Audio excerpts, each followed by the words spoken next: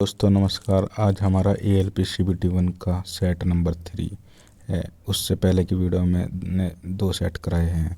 ऐसे ही total 15 set पूरे complete कराएंगे। 13 फरवरी से पेपर ALP CBT1 का स्टार्ट है। आपके लिए बहुत फायदेमंद होगा। ये सेट RRB की सभी परीक्षाओं के लिए महत्वपूर्ण है। ज़रूरी नहीं है कि ये ALP के लिए ही है। ये ग्रुप डी, टेक्नीशियन और JEE के लिए भी इम्पोर्टेंट है, क्योंकि इसमें जनरल साइंस होती है, NCERT बेस्ड होती है, ये जो सभी में कॉमन होती है। 10th बेस ही होती है और मैथ भी सभी में एक जैसा ही आता है। वीडियो अच्छा लगा चैनल को सब्सक्राइब करना और लाइक करना, कमेंट में बताना वीडियो अच्छी है कैसी है। चलो स्टार्ट करते हैं। आज का पहला क्वेश्चन कौन सा है? पहला क्वेश्चन दिया है 8 ओम और 5 ओम के श्रेणी संयोजन का तुल्य प्रतिरोध 7 ओम है। R का मान ज्ञात कीजिए। श्रेणी का फॉर्मूला क्या था? R बराबर R1 प्लस R2। ठीक है। तुल्य प्रतिरोध कितना दे रखा? हमें 7 ओम दे रखा। R की वैल्यू कितनी दे? 7 ओम दे रखा। ठीक है। R1 हमारा R ओम दे रखा, तो R ओम हो गया। ठीक है। R2 हमारा 5 ओम दे रखा, तो 5 ओम हो गया। इस वाले R की वैल्यू निकाल लेती। 7 में से 5 गए 2, तो राइट आंसर हमारा 2 गया।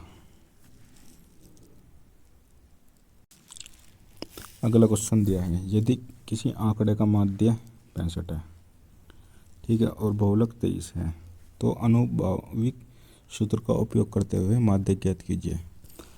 अनुभाविक सूत्र होता है बहुलक बराबर 3 माध्यक माइनस 2 माध्य। माध्यक पूछ रखा। ठीक है। बहुलक कितना दे रखा? हमारा 23 दे रखा। 23 माध्यक कितने दे रखा? माध्यक हमें बताना है, तो इंटू 3 माध्यक। यहाँ पर माध्यक रहेगा माध्यक, फिर क्या है? माइनस के 2 माध्य। माध्य कितने दे रखा? 65 दे रखा। 65 दूनी 130, तो माइनस के 130। ठीक है। अब ये माइनस के 130 इधर आके कितना हो जाएगा? पॉजिटिव हो जाएगा, तो कुल मिला के 153 हो जाएगी। इंटू बराबर में क्या है? 3 माध्यक। माध्यक हमें बताना, तो 3 से डिवाइड कर दो 153 को। 3 पंजे 15 और 3 एकम 3, 51 हमारा राइट आंसर हो गया। ये वाला फॉर्मूला बहुत इंपॉर्टेंट होता है, इससे पहले की वीडियो में मैं बताया है। नेक्स्ट क्वेश्चन, त्रिभुज ABC और DEF समरूप है, जहाँ BC और EF का अनुपात दे रखा 1:4, तो क्षेत्रफल DEF और ABC का अनुमान ज्ञात कीजिए। क्या होता है? जो समरूप होता है उसका फॉर्मूला क्या होता है? जैसे क्षेत्रफल है DEF का क्षेत्रफल ज्ञात करना, DEF और बटे ABC का क्षेत्रफल। तो क्या करते हैं, जो DEF का जो त्रिभुज है उसकी भुजा लेते हैं। हमें भुजा कितनी दे रखी? EF 4 दे रखी, और इसमें त्रिभुज ABC में भुजा BC हमारी कितनी है? 1 दे रखी। इनका वर्क करते हैं।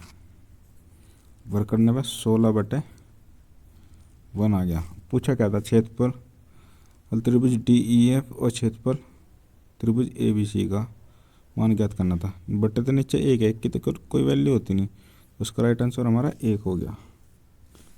ठीक है। दिए गए प्रक्षेपणों का माध्य ज्ञात कीजिए। ठीक है। इसमें हम पहला क्या करते हैं? पहला हम टर्म गिनते हैं, कितने हैं, कितने पद हैं, कितनी संख्या है। ठीक है। 1 2 3 4 5 6 7 9 10 11 12 13 14 15 टर्म है। ठीक है। और दिए गए आंकड़ों को बढ़ते हुए क्रम में लिखेंगे, बढ़ते हुए क्रम में लिखेंगे। ठीक है। जैसे 20 पहला सबसे छोटी संख्या 20 है। ठीक है। 20 के बाद फिर दूसरी सबसे छोटी संख्या 23 है, फिर उसके बाद 25, फिर आगे भी इस तरह से और भी संख्या है जो हमने लिखी नहीं, अभी बताऊंगा क्यों नहीं लिखी है। अब हमारे ये टोटल नंबर कितने हैं? 15 नंबर हैं।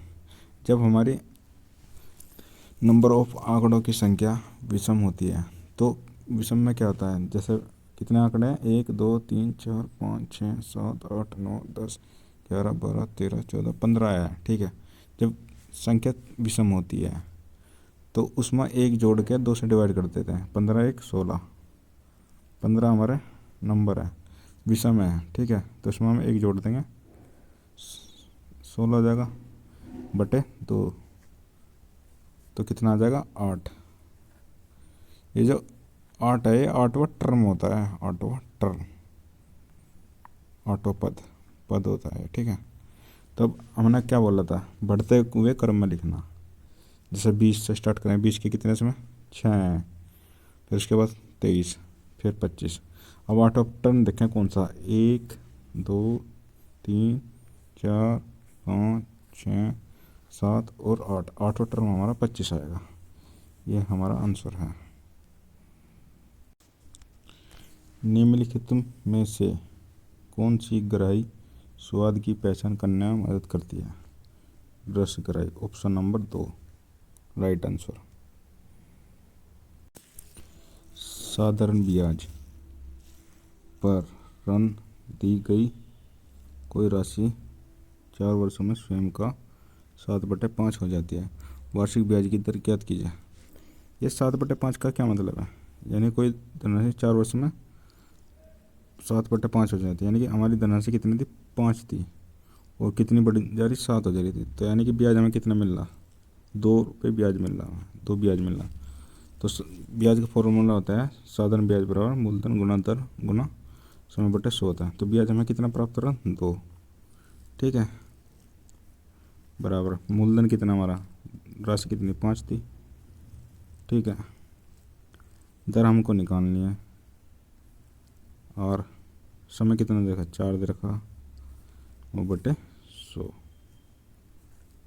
5 चौक 20, 20 ऊपर 20 आ गया, नीचे 100 आ गया, 20 पंजे 100, 5 की गुना इधर कर देंगे 2 में, 5 दूनी 10, तो आर बराबर 10% आंसर।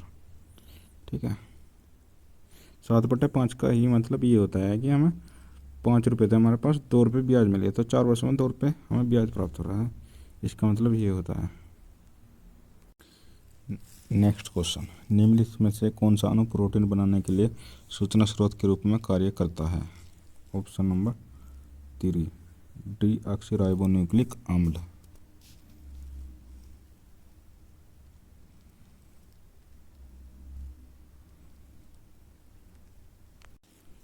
दिया क्या है, यदि किसी संख्या का 60%, मान लो कोई संख्या है उसका 60%, 60% की फ्रैक्शन वाली कितनी होती है, 3/5।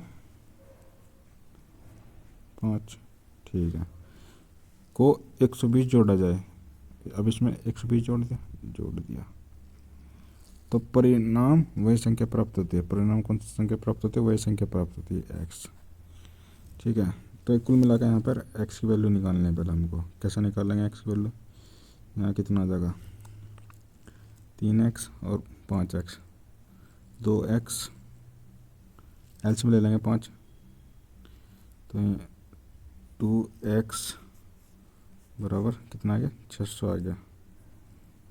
तो x बराबर कितना आ जाएगा हमारा, 2 से डिवाइड कर दें 300 आ गया। x की वैल्यू हमारी 300 आ गई, वो कोई संख्या हमारी 300 थी। आगे क्या दे रखा, उसी संख्या का 60% कितना आ गया, हमारी संख्या क्या आ गई, 300 आ गई। तो 300 का 60%, वापसी 300 का 60% पूछा, यानी कि 3/5, 5 6 30 6 18, 180 होगा, ऑप्शन नंबर 3 सही है। नेक्स्ट क्वेश्चन, भिन्नात्मक रूप में दी गई है कोई संख्या का सही व्यंजक क्या होगा।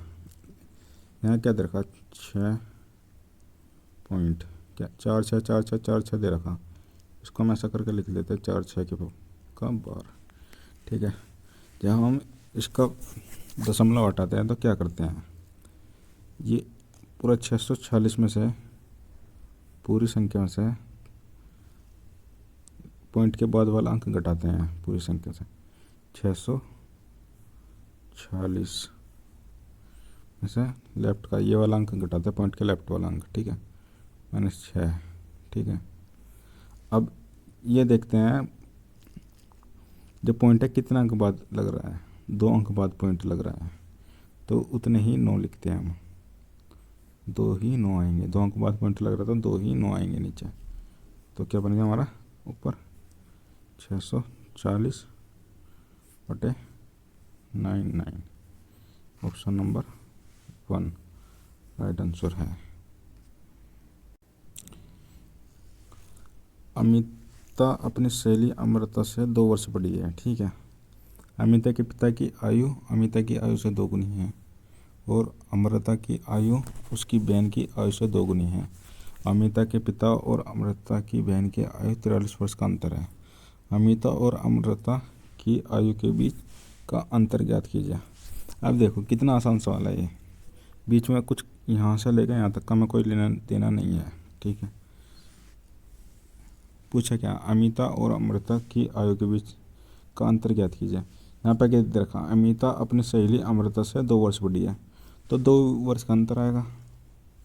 यहाँ भी अमिता अमृता 2 वर्ष बड़ी है अमिता, तो पूछा क्या, अमिता और अमृता की आयु के बीच का अंतर कितना होगा, 2 वर्ष अंतर होगा बीच के। तो फालतू की चीज़ दे रखी, कोई ज़रूरत नहीं थी इसको पढ़ने की। किस कोशिका का आकार बदलता रहता है।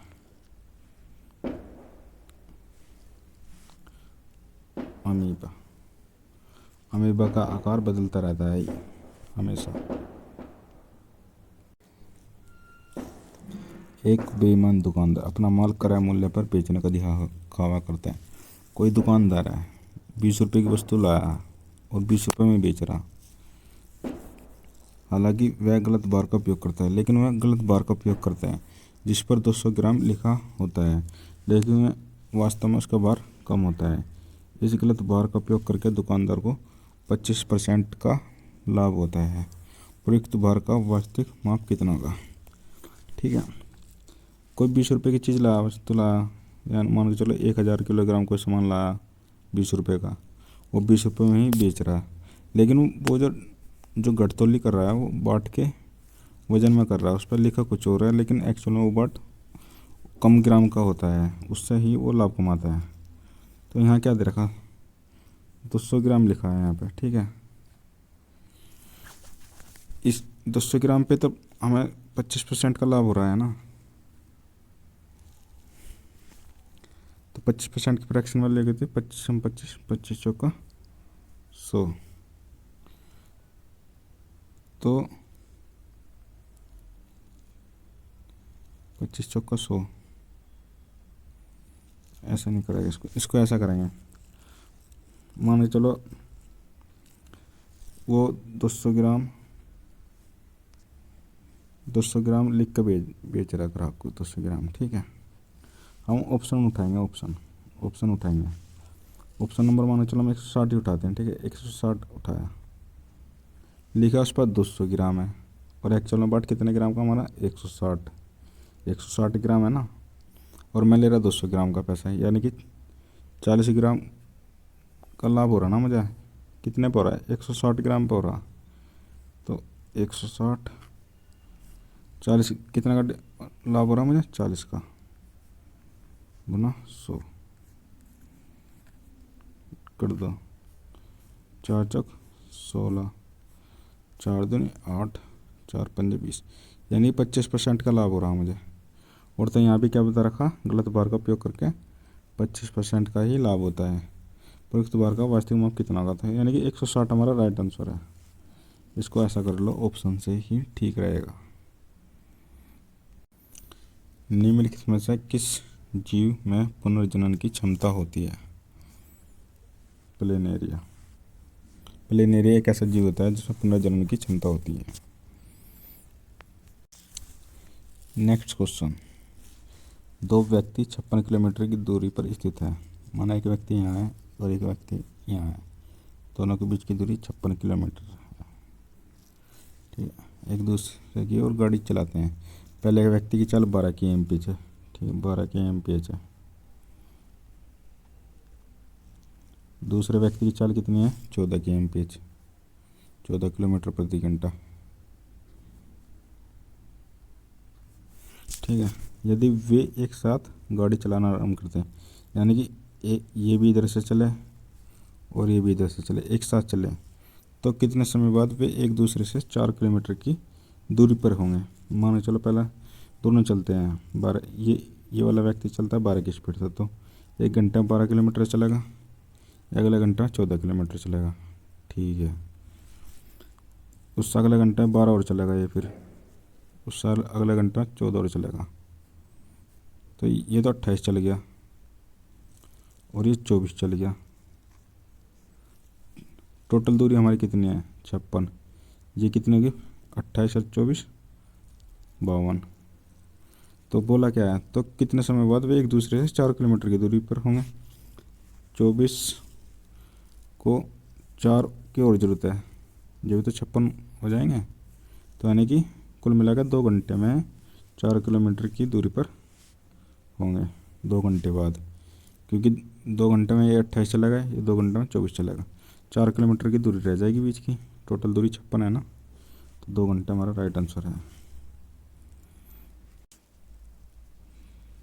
निम्नलिखित में से किसमें झिल्ली युक्त कोशिकाओं का अभाव होता है। केवल प्रोकैरियोटिक कोशिकाओं में। निम्नलिखित में से कौन सा कथन सही है। दो वस्तुओं के बीच का गुरुत्वाकर्षण बल उन दोनों वस्तुओं के बीच की पृथक दूरी से स्वतंत्र होता है, यह हमारा गलत है। दो वस्तुओं के बीच का गुरुत्वाकर्षण बल उन दो वस्तुओं के बीच की पृथक दूरी के वर्ग के व्यस्त क्रमानुपाती होता है, यह बात सही है। दो वस्तुओं के बीच के गुरुत्वाकर्षण बल उनके द्रव्यमान के गुणनफल के अनुक्रमानुपाती होता है, ये भी सही है। तो ऑप्शन नंबर हमारा सेकंड और थर्ड सही है। ये फॉर्मूला होता है F बराबर m1 इंटू m2 बटे r स्क्वायर, यहाँ पे होता है g। ठीक है, अब देखो इसमें ये बोला ना बीच की दूरी के वर्ग के व्यस्त क्रमानुपाती, ये हो गया बीच की दूरी के वर्ग के व्यस्त क्रमानुपाती। अगर थर्ड क्या बोला, दोनों द्रव्यमान के गुणनफल के क्रमानुपाती m1 गुना m2, ये बात हमारी सही है। यदि हवा, पानी और क्राउन कांच का अपवर्तनांक n1, n2 और n3 है, तो देखो हवा में अपवर्तनांक सबसे कम होएगा, ठीक है, पानी में फिर उससे ज़्यादा होगा और क्राउन कांच में सबसे ज़्यादा होगा। तो ये वाली कंडीशन देखो कहाँ पे बन रही है, तो ये वाली कंडीशन हमारी पहले ऑप्शन में बन रही है, तो ऑप्शन नंबर फर्स्ट सही है। नेक्स्ट क्वेश्चन, निम्नलिखित में से कौन सा कथन गलत है। ठीक है, आजकल वाहनों में ईंधन के रूप में संपीड़ित प्राकृतिक गैस का उपयोग किया जाता है, ये बात सही है। आजकल CNG का उपयोग किया जा रहा है। अस्पताल में दिए जाने वाले ऑक्सीजन सिलेंडर में संपीड़ित गैस होती है। संपीड़ित गैस वो होती है जो एक ही ड्रम में इकट्ठा किया जाता है उच्च दाब पर, ठीक है, गैस सिलेंडर में। फिर गैसीय अवस्था में कणों की गति अनियमित और अत्यधिक तीव्र होती है, ये बात सही है। गैसों के अणुओं की गति अत्यधिक होती है। फिर क्या है अगला ऑप्शन, ये भी हमारा सही है। अस्पताल में दिए जाने वाले ऑक्सीजन सिलेंडर में संपीड़ित गैस नहीं होती, ये हमारा गलत है, ऑप्शन नंबर 4 सही है। नेक्स्ट क्वेश्चन है,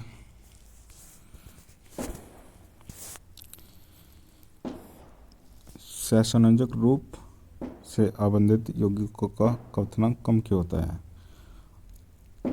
अणुओं के भीतर प्रबल सहसंयोजक आबंध, किंतु अंतराण्विक बल दुर्बल भी होता है। अणुओं के भीतर प्रबल सहसंयोजक बंध होता है किंतु अंतराण्विक बल दुर्बल होता है, ऑप्शन नंबर 2 सही है। नेक्स्ट क्वेश्चन, थायरॉक्सिन हार्मोन के संश्लेषण के लिए क्या आवश्यक है। आयोडीन। निम्नलिखित में से कौन सा विषवांगी विलयन का एक उदाहरण है। तेल और पानी, ये मैंने पहले भी बताया था, तेल और पानी विषवांगी मिश्रण का एग्जाम्पल है। बाकी सभी समांगी मिश्रण, नींबू पानी, एथेनॉल और पानी का मिश्रण, टिंक्चर, आयोडीन, ये समांगी मिश्रण होते हैं। दिया है 4.32 गुना 4.32 माइनस 2.64 गुना 2.64 बटे 1.68। यहाँ पे देखो ये ए स्क्वायर की फॉर्म बननी है, यहाँ पे ए स्क्वायर की फॉर्म बननी, सेम वैल्यू है ना, ए गुना ए, यहाँ बी स्क्वायर की फॉर्म बन रही, बी स्क्वायर, ठीक है, बटे क्या है 1.68 है। तो ए स्क्वायर माइनस बी स्क्वायर का फॉर्मूला क्या होता है, ए माइनस बी और ए प्लस बी, ये होता है ना। एक बार जोड़ देंगे इन दोनों को, एक बार घटा देंगे और गुना में रखेंगे। पहला 4.32 में 2.64 जोड़ते हैं, कितना आएगा 6.96 आएगा, ठीक है। फिर क्या है 4.32 में से 2.64 घटाते हैं, कितना आएगा 1.68, और नीचे क्या है 1.68, 1.68 से 1.68 गया, बचा क्या 6.96। ऑप्शन नंबर 2 राइट आंसर होगा।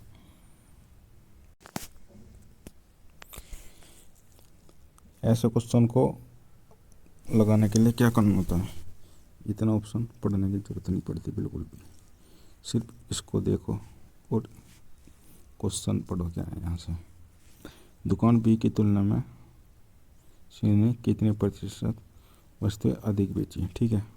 दुकान बी कौन सी, ये है, कितनी वस्तु बेच रहा 1250 बेच रहा बी, और सी कितनी वस्तु बेच रहा 1500।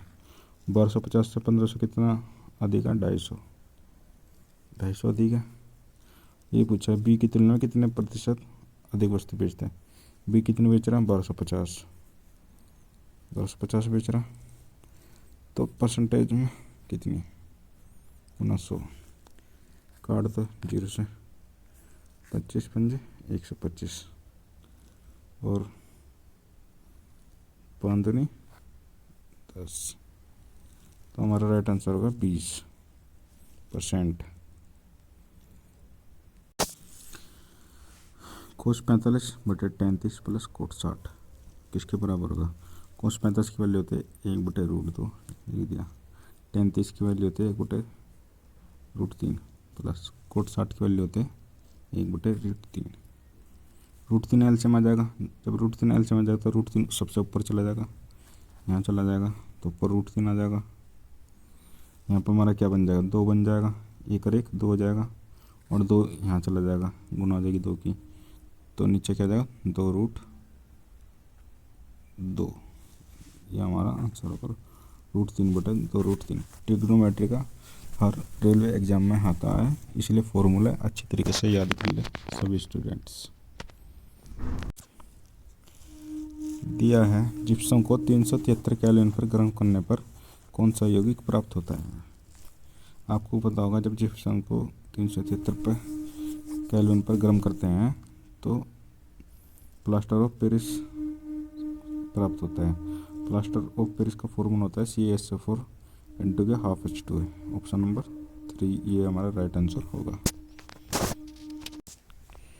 नेक्स्ट क्वेश्चन, एक्स और वाई का अनुपात दे रखा, ठीक है। फिर यहाँ क्या पूछा x + y into x - y का अनुपात क्या होगा।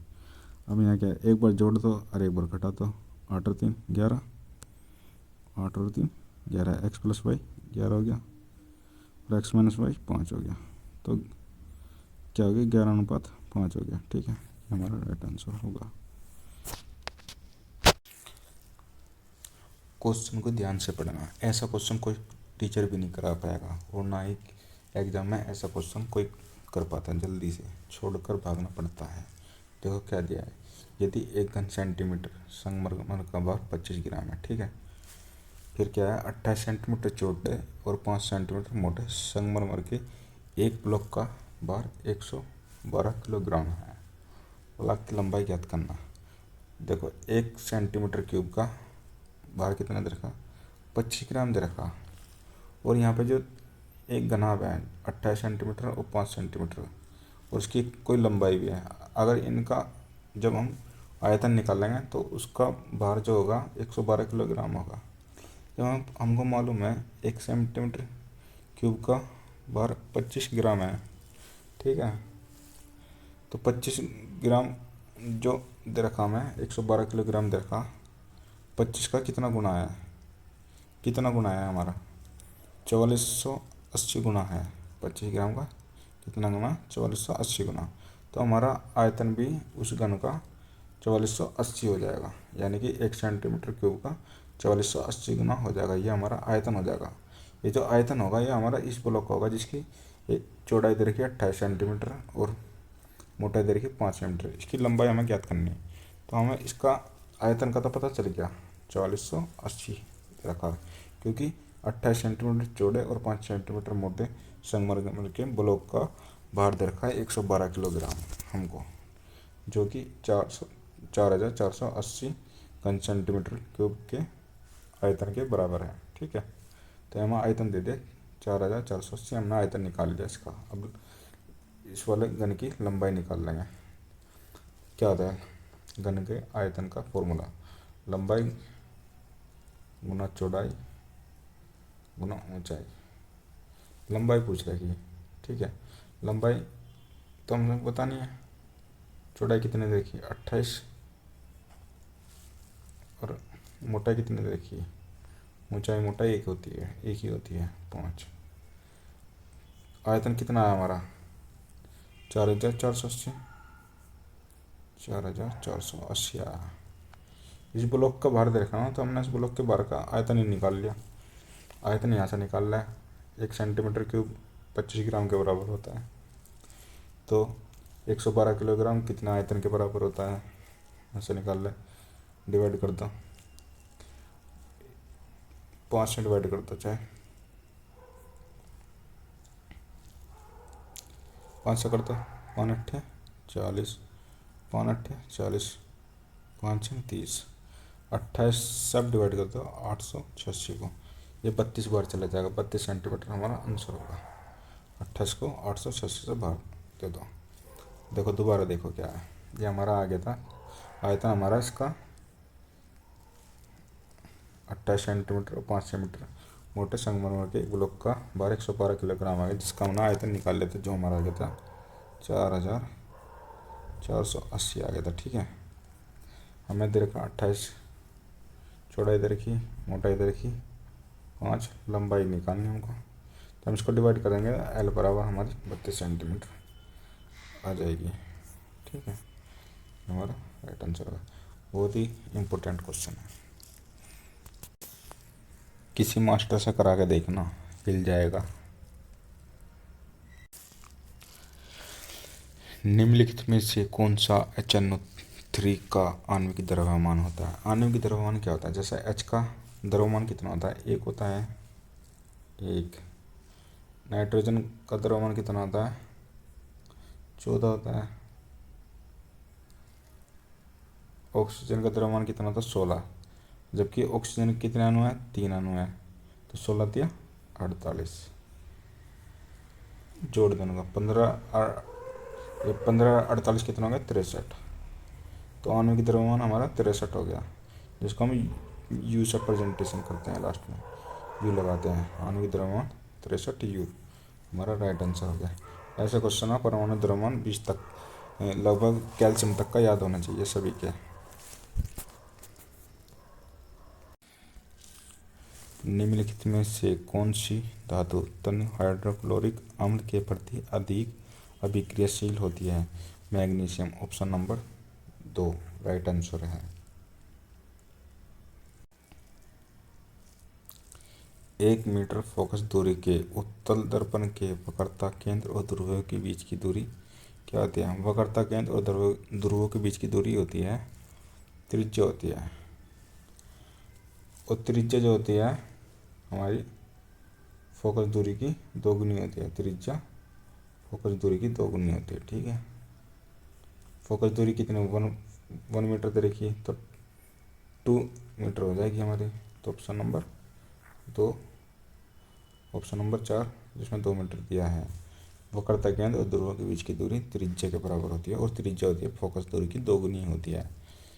नेक्स्ट क्वेश्चन, एक व्यक्ति अपनी मासिक आय का 30% बचाता है। ठीक है, मान लो चलो उसकी आय 100 है। ठीक है,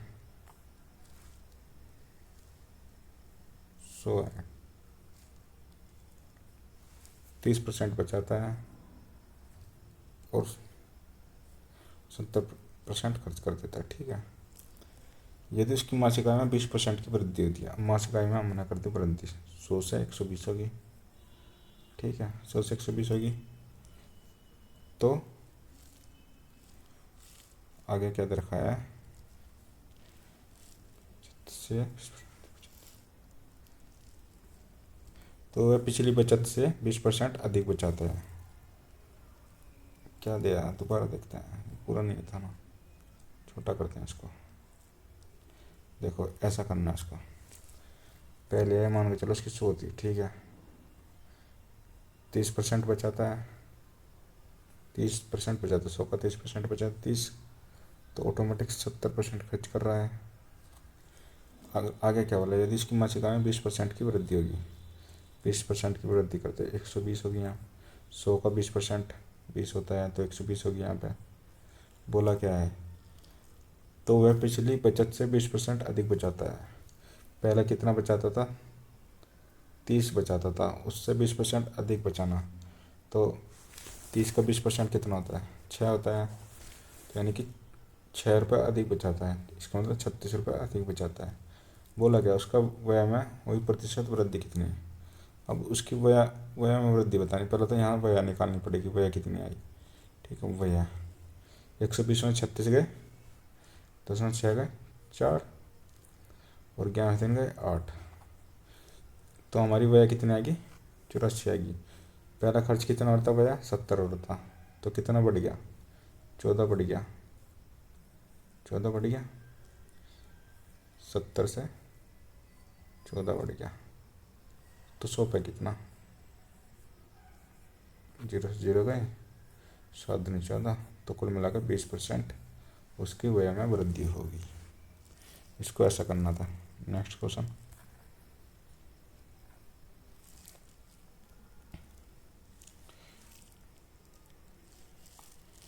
चुंबकीय क्षेत्र के बारे में निम्नलिखित में से कौन सा कथन सही है। यह एक अदिश राशि है, गलत। चुंबकीय क्षेत्र अदिश राशि नहीं है, सदिश राशि। यह केवल चुंबक के बारे स्थित है, रोंग। यह सदैव सीधी रेखा के रूप में होती है, रोंग। वक्राकार होती है, उत्तर से दक्षिण की तरफ होती है, वक्राकार होती है। किसी भी बिंदु पर इसकी दिशा चुंबकीय दिक्सूचक द्वारा मापी जाती है। ये बात सही है, ऑप्शन नंबर 3 सही है। नेक्स्ट क्वेश्चन क्या है, 48 पुरुष एक काम को 5 दिन में करते हैं। ठीक है, 48 पुरुष, 48 पी एक काम को कितने दिन में, 5 दिन में पूरा करते हैं, और 40 महिला उसी काम को 9 दिन में करती है। 40 वुमेन उस काम को 9 दिन में करती है, तो पुरुष और वुमेन का रेशियो निकाल लेंगे। करो, कैसा करेंगे, 5 8 40, 8 6 48, 3 दूनी 6, 3 3 9, तो पुरुष और वुमेन का रेशियो कितना आ गया, पुरुष 3 और वुमेन कितनी आ गई 2, तो पुरुष और वुमेन का रेशियो क्या, पुरुष बटे वुमेन बराबर 3/2। ठीक है, ऐसा आ गया, ऐसा कर लो इसको।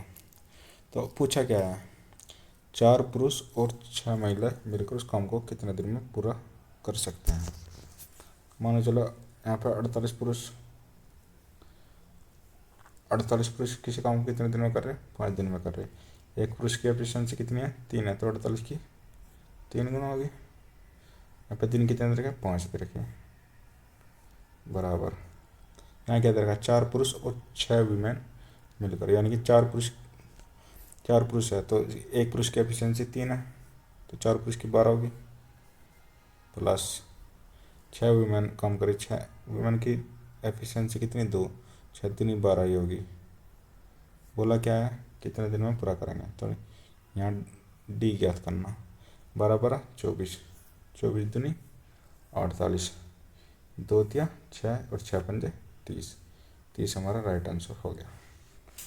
ठीक है, ऐसे क्वेश्चन में पहले वुमेन और पुरुष की एफिशिएंसी निकालते हैं। नेक्स्ट क्वेश्चन,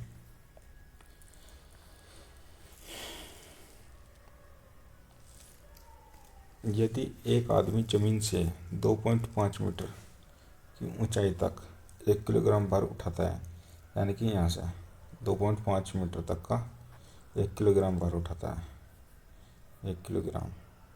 तो गुरुत्व त्वरण 10 मीटर प्रति सेकंड मानते हुए आदमी द्वारा किया गया कार्य का परिणाम क्या था?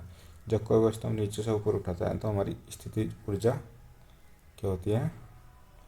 बढ़ती जाती है, स्थितिज ऊर्जा बढ़ती जाती है। स्थितिज ऊर्जा ऊपर बढ़ती जाती है। स्थितिज ऊर्जा का फॉर्मूला आता है W बराबर, स्थितिज ऊर्जा को हम W से डिनोट कर सकते हैं क्योंकि वर्क है एक किस्म का, M इंटू जी इंटू एच। जहाँ M क्या है? द्रव्यमान। द्रव्यमान हमें कितना दे रखा है? 1 किलोग्राम दे रखा है, 1 रख दिया। जी क्या होता है? हमारा त्वरण होता है, गुरुत्व त्वरण। ये हमको दे रखा 10 मीटर प्रति सेकंड गुणा 10। एच कितना दे रखा? 2.5 मीटर, 2.5 मीटर। 2.5 की गुना कर दो 10 में तो हमारा कितना देगा? 25 जूल। 25 जूल कार्य आ जाएगा, जो कि हमारा ऑप्शन 1 ठीक है।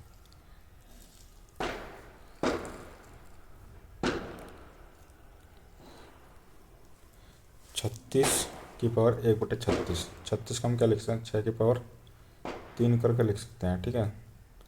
अब उसकी पावर क्या दे रखी? 1/6 दे रखी। जब ये वाली पावर और ये वाली पावर होती है आपस में गुना हो जाती है इनकी, जब गुना करेंगे 3/6 हो जाएगा। 3/6 को क्या लिखते हैं? वो 6 का घन होता है, वर्ग होता है 36। तो 2 की गुना हो जाएगी 1/6 में, तो 2 से 3 6 कट जाएगा 3 बार। तो 6 की पावर क्या है? 1/3। 6 की पावर 1/3 हमारा राइट आंसर होगा। नेक्स्ट क्वेश्चन कौन सा है देखते हैं।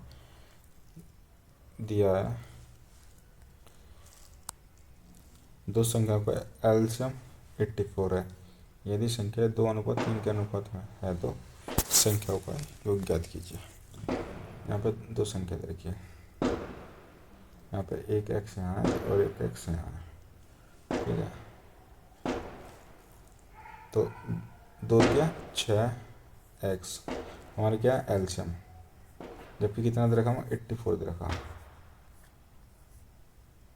तो 6 से काट दो 14 बार, एक्स की वैल्यू क्या आ गई हमारी? 14 आ गई, ठीक है।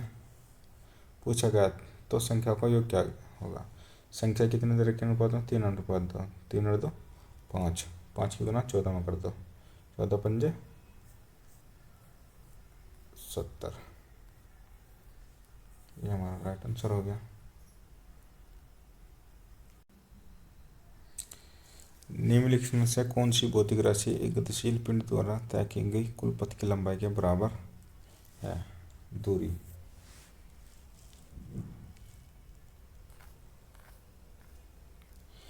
नेक्स्ट क्वेश्चन, निम्नलिखित में से कौन सा विकल्प नीचे दी गई अभिक्रिया के उत्पाद को दर्शाता है? यहाँ MnO2 दे रखा है, 4HCl दे रखा। तो ये देखना उत्पाद क्या क्या बन सकता है। MnCl2 और 2H2O, क्योंकि यहाँ पे ऑक्सीजन का भी अणु है, यहाँ पे ऑक्सीजन का बिल्कुल नहीं है। यहाँ केवल Cl2 दे रखा है, Mn का नहीं दे रखा है, यहाँ केवल H2 दे रखा, ये भी नहीं। तो ऑप्शन नंबर हमारा 2 राइट आंसर होगा।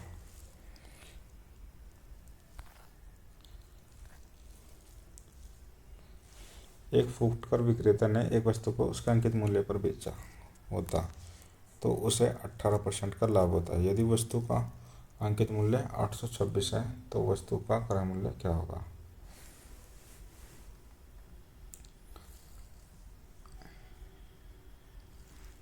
क्या बोला है? यदि एक फुटकर विक्रेता ने एक वस्तु को उसके अंकित मूल्य पर बेचा होता तो उसे 18% का लाभ होता। यदि वस्तु का देखो हमारा कॉस्ट प्राइस 100 था, उसको कितने परसेंट पर बेचा जा रहा? 18% के लाभ पर बेचा जा रहा, 118। जबकि यही हमारा क्या है? अंकित मूल्य है। यही हमारा 118 क्या है? अंकित मूल्य। अंकित मूल्य पे तो बेच रहे हैं, जब तो हमें 18% का लाभ हो रहा। तो अंकित मूल्य कितना था? 826 रखा। 118 का 826 कितना गुना? 7 गुना है,